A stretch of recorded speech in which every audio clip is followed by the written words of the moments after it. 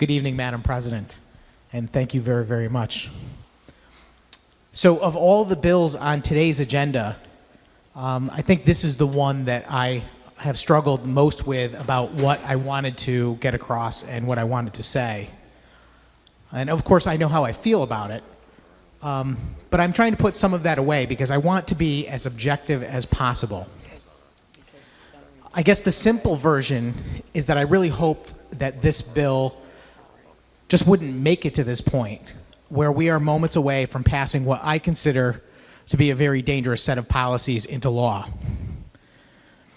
I find this bill somewhat remarkable in that over the last 5 or 6 years, I have stood up in committee and in the House to preserve due process, in the case of temporary restraining orders and in other situations, limit law enforcement from using drones,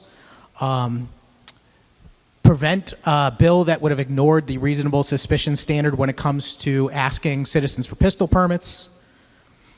In short, I have been one of the people standing with the ACLU on many of these issues.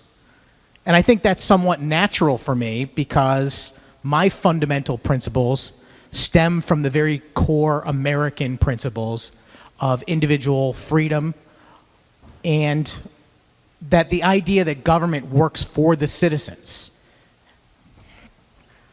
Police are by their very nature an extension of the state. They are, in effect, the enforcement arm of government. And we need citizen representatives speaking up to make sure that that enforcement arm is kept in check and that our civil liberties are protected. And I'm used to being one of those citizen representatives. And because of that, I've been paying very close attention to this debate since it began weeks ago. Unfortunately, what I am seeing is not an attention to checking the power of police or even a focus on getting rid of bad apples. In the end, this is an anti-police bill. Many will spin it other ways, but to me, that's what it is. And I think that's a shame because I don't believe it had to be this way. This bill seeks to decimate law enforcement as we know it. First, by eliminating qualified immunity, and I want to just specify that that's different from total immunity. Many people have come to me describing total immunity as what we're talking about, and that's not true. Cops do not have total immunity. They have qualified immunity, which means that they only have immunity when they are acting in the confines of the law and the policies and procedures of their job. They don't get immunity beyond that. That's the difference between qualified immunity. And without it, who on earth would want to be a police officer and put themselves in such risk? The bill also limits a police officer's role in protecting and serving, instead attempting to reduce their ability to react as trained professionals and even replacing some of their responsibilities with social workers. The whole bill is not bad. There are a handful of reasonable ideas in the language, including a proposal that I'm very much in favor of and have even proposed, which would eliminate the supersedence of union contracts from freedom of information laws. Unfortunately, the few good provisions are outweighed to the bad parts of this overall package of legislation. I hate saying this because I think that this chamber is above it, and I think that the people involved are above it. But for me, this bill appears to be wholly political. And I hope that everyone who is watching this stops to think just for a moment about how we are being sucked into choosing sides all day, every day, and that we are taught to have less patience and respect for one another every day. And that's especially true in the arena of politics.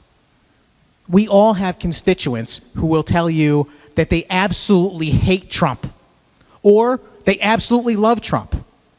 But when you start asking them about individual policies, they don't seem to have much to say.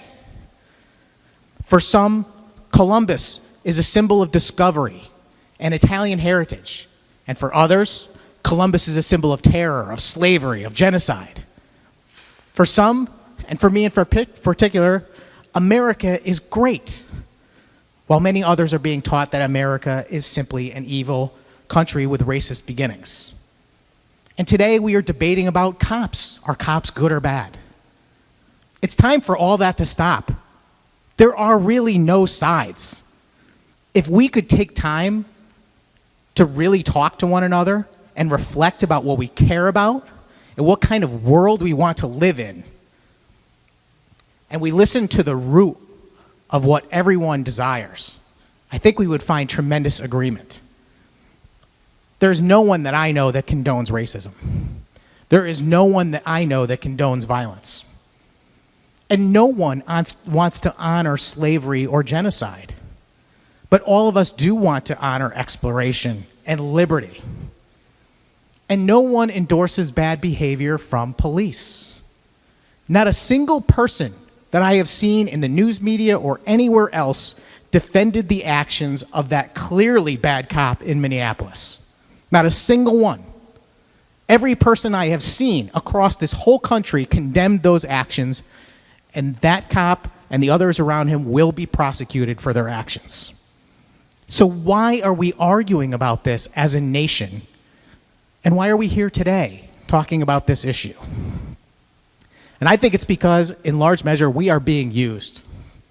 We are being used by those that want to divide us, either because it helps their individual selfish political goals.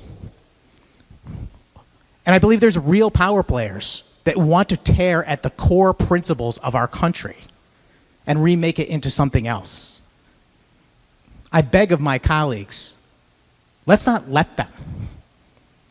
What happened in Minneapolis is not a reflection of our local police, at least not in my district. I can't speak for anyone else, but in my district, I know the police officers. They are professionals. If you go looking in Connecticut for examples of bad cops, you can find them. There is no question about it. However, if you go looking for cases where cops help people and benefit their communities, you would not be able to count all of the examples of good. The point is that all cops are not good or bad, but the facts, if we actually care to discover them, show that the police overall are a tremendous benefit to our state and individual communities. As I said, the police officers I know would be the very first ones to condemn a bad cop or any racist or abusive behavior. Much like how there are indeed racist and prejudiced people in this world.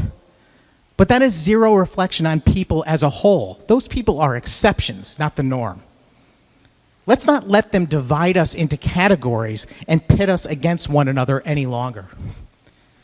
Let's instead begin to think about each issue politically and socially in critical terms and measure it based on the real facts before us, instead of just assuming because Trump said it was good means that it's either good or bad to me, or because the Democrats said this is the way it should be, or the Republicans said it should be this way, that means anything.